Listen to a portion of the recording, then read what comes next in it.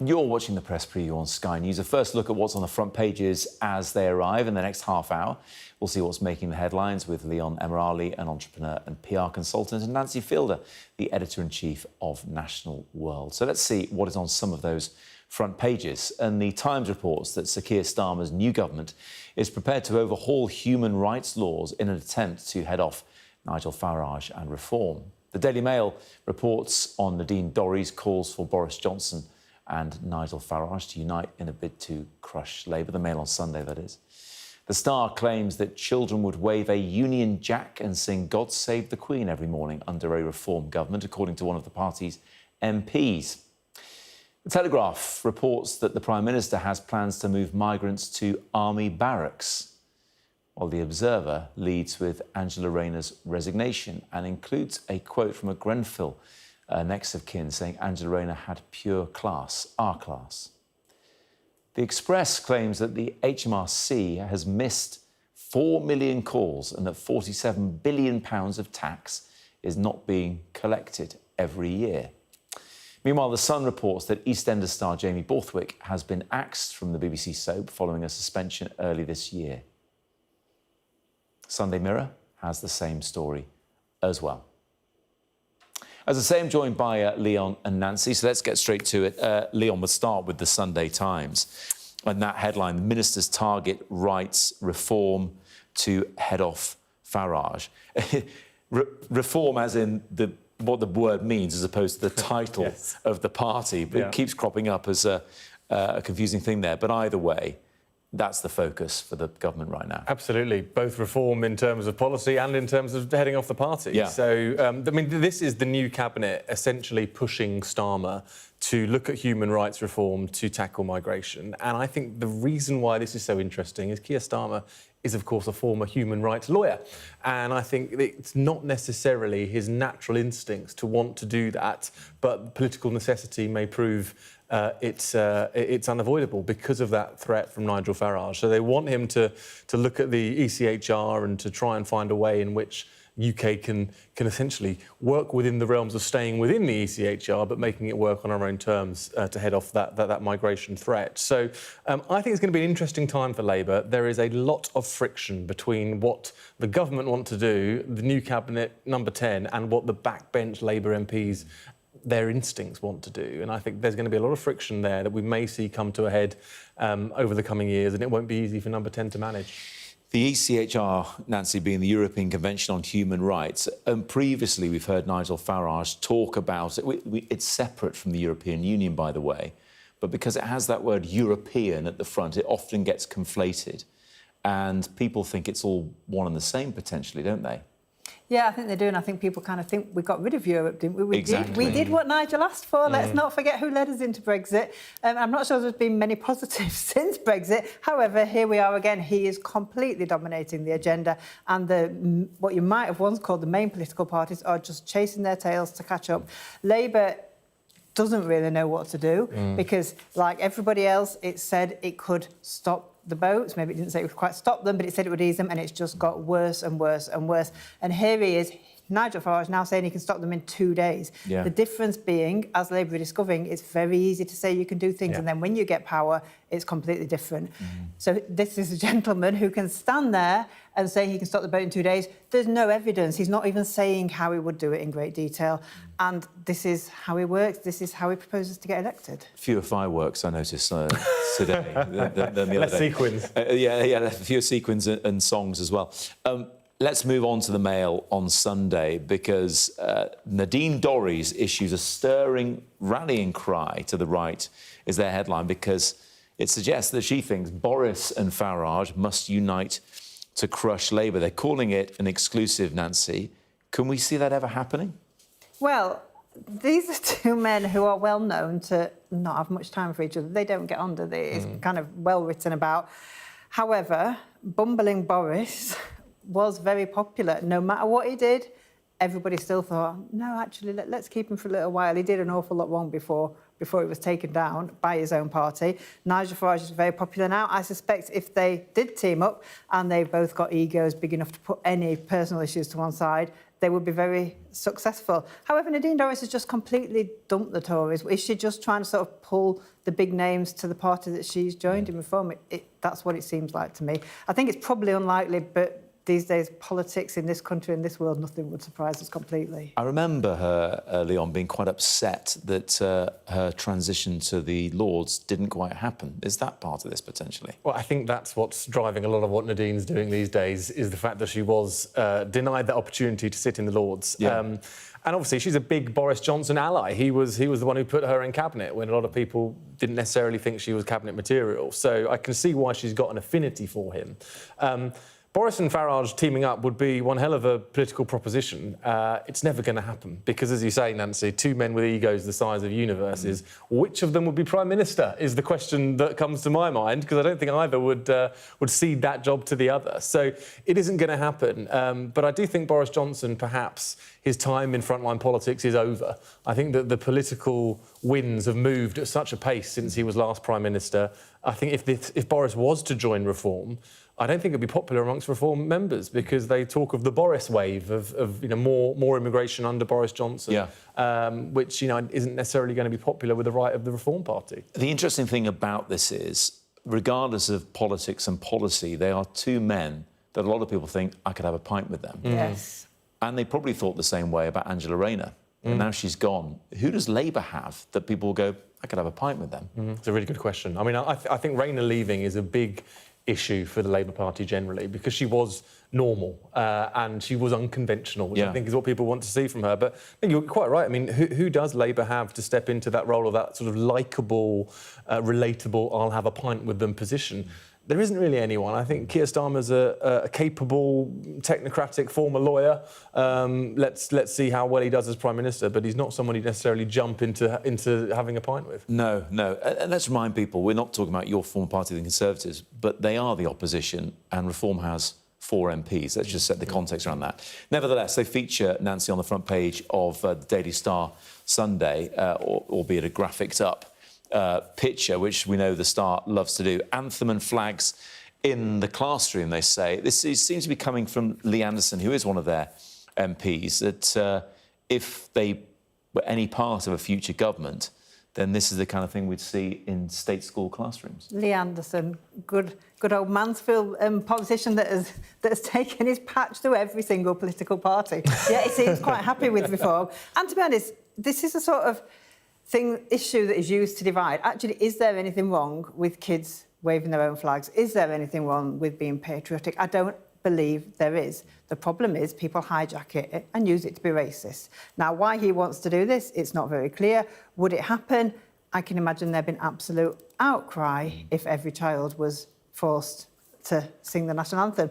But it's the sort of thing that a lot of people go, that's so easy and so simple, let's go for it. And I know you say that the Tories are the opposition, but let's be honest, there is only one party driving the agenda right now, and it is Reform. Whatever we think of them, they have got the ear.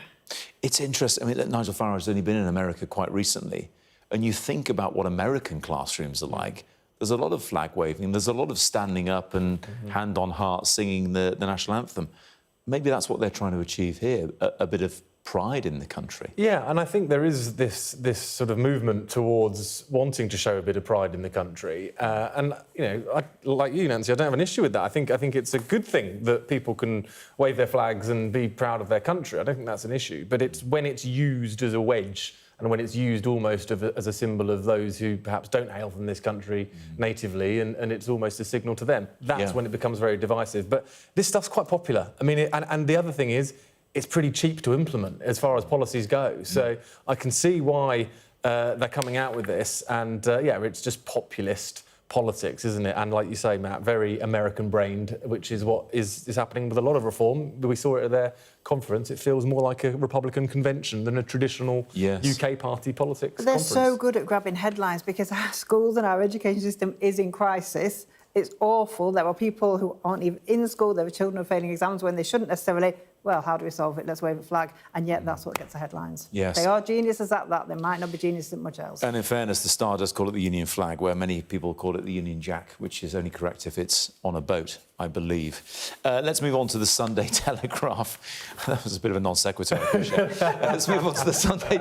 But people get it wrong, You're right. They You get are it right. wrong. You are very right. Let's go on to the Sunday Telegraph. PM to move migrants to army barracks. Leon, this is bringing it right back to the here and now. Of course, the hotels that a lot of people are housed in has been the focal point in recent weeks. People who work with asylum seekers and migrants say this kind of thing can be done very quickly, not necessarily just by the end of the Parliament, as the Labour government has previously signalled.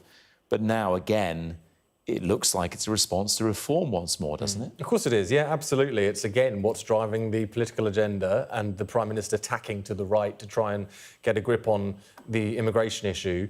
The idea of moving asylum seekers out of hotels into army barracks, I mean, I don't think it's going to solve a problem. I think you're just going to end up alienating and disappointing a whole new bunch of people in the constituencies where these army barracks are, which, let's face it, by and large, are in rural towns, villages, and, you know, wherever they are not going. Well, we've had issues with them before. Manston, I think, for example, was a big issue. Obviously, not an army barracks, but people being housed on a barge, and that caused all sorts of problems. So what is the answer? Processing people more quickly? Well, so, I mean, the Telegraph talk about there are 2 former bases already being used to house asylum seekers. However, there are some that have been unsuccessful. And usually it's the MP for that area that campaigns against them and stops it. So one of them was James Cleverly. Another one, I believe, was Suella Braverman. People want this when it's a national headline-grabbing, let's get rid of all the immigrants. They don't want it when it's their own backyard. NIMBYism. Absolutely. And so there lies the political problem. There isn't an easy answer, but it's very easy to turn all the problems of the country and say, let's blame the immigrants. And that's exactly where we are. And you'd have thought we might have learnt from history, but I don't think it doesn't feel like we have in 2025 at all. I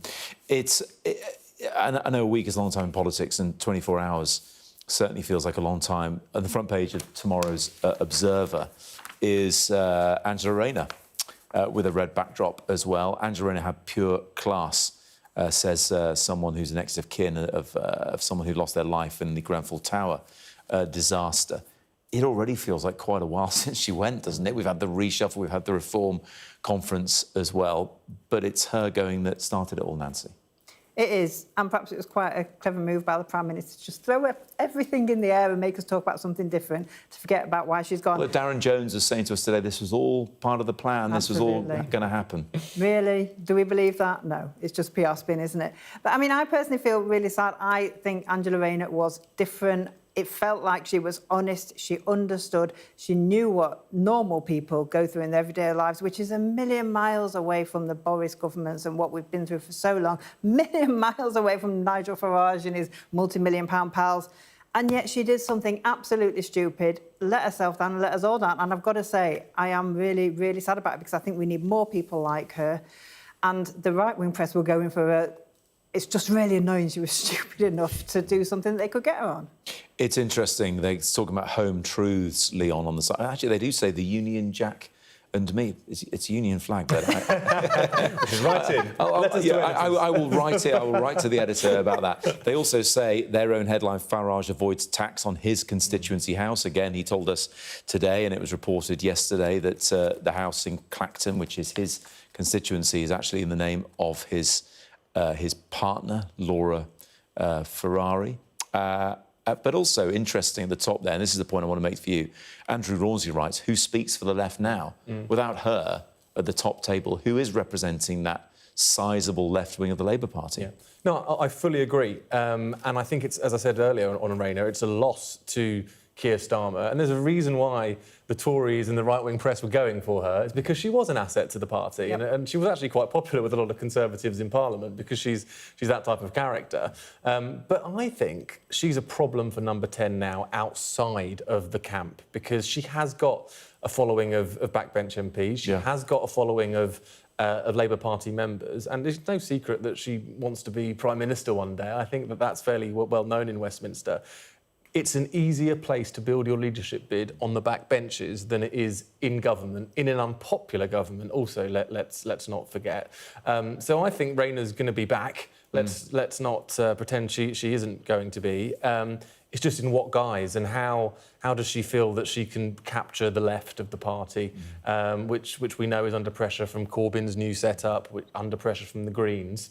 Maybe Rayner having that authentic left-wing voice is actually what Labour need to win back some of those votes that definitely will be under threat. And also, so from Sheffield, Louise Haigh, obviously, I mean, she had to step aside for... She did. And I think these are two very strong, very good, very honest political women who actually could do brilliant things for this country. So let's hope somebody gets active. We've had a new, very right-wing party. Maybe it's time for something that's not, perhaps, what you're talking about in terms of a former Labour leader, but something different. People are voting for reform because they're sick and tired of what we've got. Yes, a very good point about Lou Haigh. Both redheads, of course. Although I think one Louise Haigh natural, might... one not. Yeah, exactly. Exactly what I was about to say. OK, we'll be following up with more from the papers in a moment, including this story in the Sunday Express, that HMRC is failing to answer 4 million calls, they say, leaving £47 billion of tax uncollected.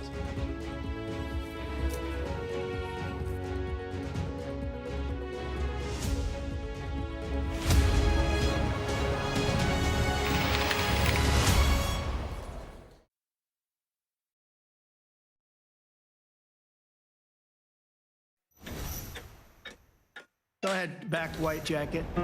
Deborah Haynes from Sky News. He called you Daddy earlier. No, Do you... he did it very affectionate. Daddy, you're my daddy. Thank you. Leicester is on its knees. They've ripped the soul out of my factory and there's nothing left. It is eerily quiet. It's constantly on the brink of capacity. There's overcrowding. It's not a new thing. It's rough. There's nothing to hide. Why aren't international journalists allowed in? Are you worried about escalation? Of course I'm worried about escalation, which is why my focus is on de-escalation. The region, I think, is on edge because they are anticipating a retaliation. Iran retaliates for the US attacks.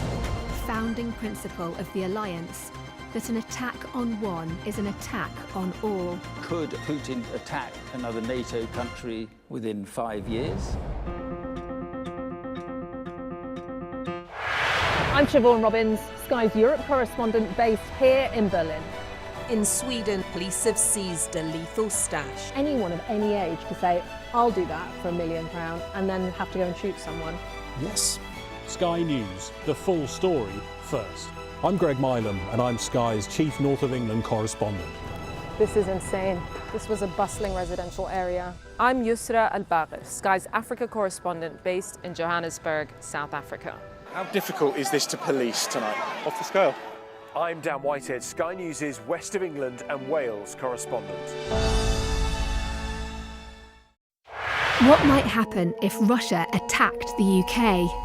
This is clearly an enormous show of force. It is definitely out of the ordinary. We ran a war game with former ministers back in the hot seat. Ben Wallace. Amber Rudd. Jack Straw. It's the kind of war game that's genuinely tested inside government. The Russians are signalling that there may be an attack. Russia knows our weaknesses, but do you? I'm Deborah Haynes. From Sky News and Tortoise, this is The War Game. Listen wherever you get your podcasts. I'm Katie Spencer and I'm Sky News' arts and entertainment correspondent. Maverick here on the red carpet. I'm so excited, Tom Cruise. Katie Spencer, Sky News in London.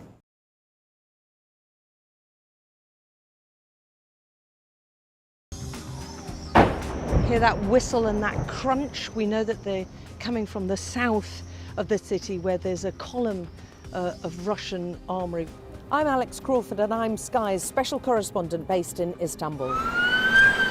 Look at that sheet of flames, and that has happened within minutes, and now it's coming from both sides, and it's moving this way.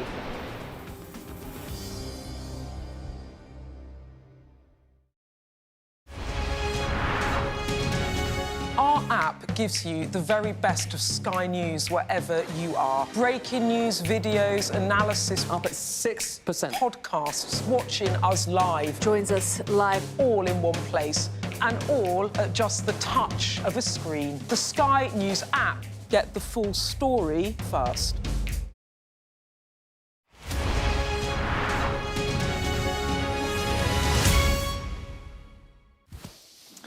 Welcome back. You're watching the press preview here on Sky News. My guests, Leon Emirali, an entrepreneur and PR consultant, and Nancy Fielder, the editor-in-chief of National World. So, Nancy, let's head straight back to the Sunday Express. This rather incredible headline they've got. HMRC, Revenue and Customs, of course, their hotline is failing to answer 4 million calls, they say, and that's leaving an eye-watering amount uncollected. Is this really the situation?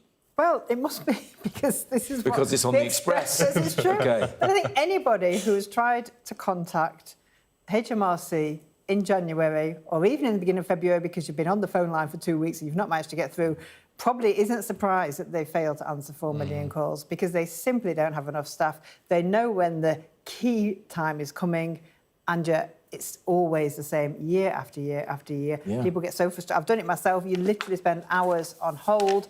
I feel ever so sorry for anybody who works there, because everybody's so frustrated by the time they get through.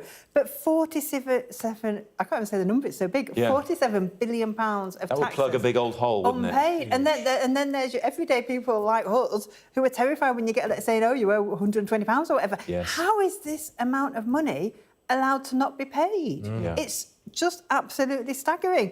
And there's so much focus on taxes and what it could do and why we've got to pay more and how it needs to be increased, or the parties who want to bring it down.